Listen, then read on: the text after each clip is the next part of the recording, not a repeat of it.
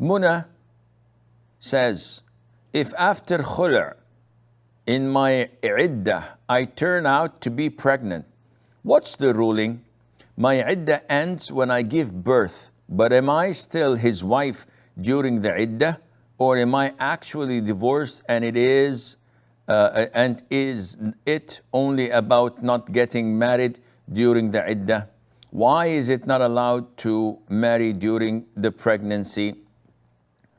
We know that when a man and a woman decide to separate, this is either done by choice, when the man himself divorces his wife by saying, Anti taliq,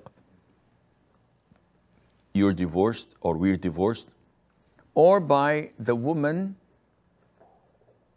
filing for khula', and she compensates her husband by returning his dowry or parts of it, and in exchange for that financial compensation, he agrees for khula' and they separate.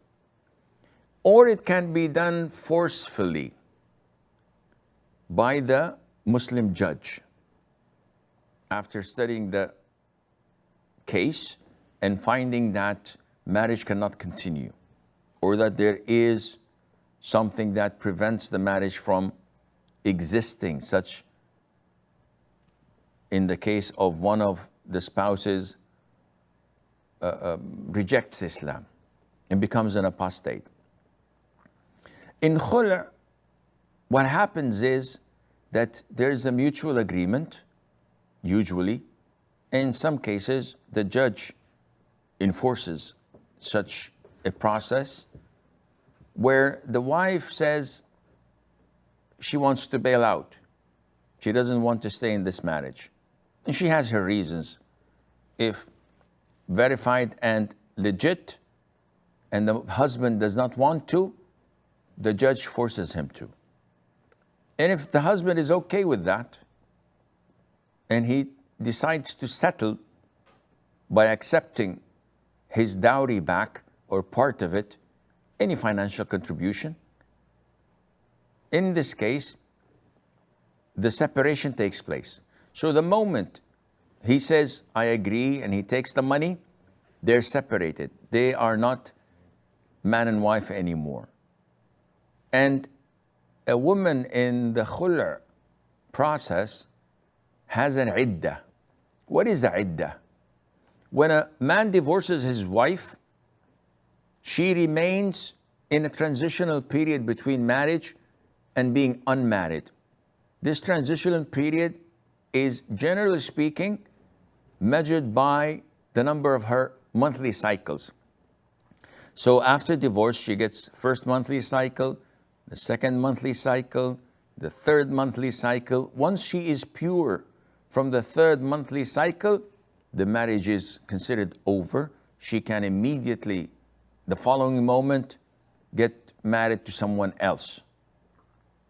But within this transitional period, within this iddah, they are still man and wife. He can look at her, he can stay with her, but there can't be any type of intimacy. No intercourse, no kissing, no hugging, etc.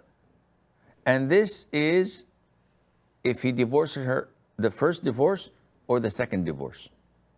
If he divorced her the third divorce, then totally she is prohibited for him and she must wear the hijab. Having said that, if one of them were to die during the iddah, the other living spouse would inherit. So in these three monthly cycles, he lives in a room, she lives in a room.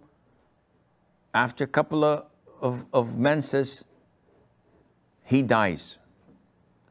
She inherits her husband, and her iddah is increased into 4 months and 10 days. The iddah of a widow. Though she hates his guts, she separated from him, she just wanted out, yet she is still considered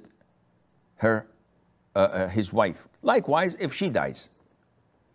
though he divorced her, but she was still in the iddah period. Going back to Muna's question, if a woman took khula, so Muna took khula.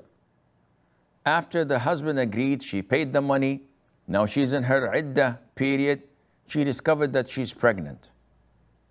This means that her iddah, instead of being 1 monthly cycle as any woman who applied for khula, it is extended until she gives birth. This is what Allah mentioned to us in the Quran. And those who are pregnant, their iddah is over once they give birth. So she gave birth. Immediately after giving birth, she can marry the following second. Now, does she have rights? Any woman who files for khula and is granted it, she has no rights over her husband. He is not to provide a living quarters for her, nor pay for her maintenance. But because she's pregnant, he is forced to provide her with a place to stay and to provide her with her maintenance that is sufficient for her and her pregnancy, because this is his son, this is his child, and he's responsible for catering for her well-being. And this goes on until she gives birth. But they are no longer man and wife in the sense that she applied for khula. So there is no possibility of reconciliation like any divorced woman.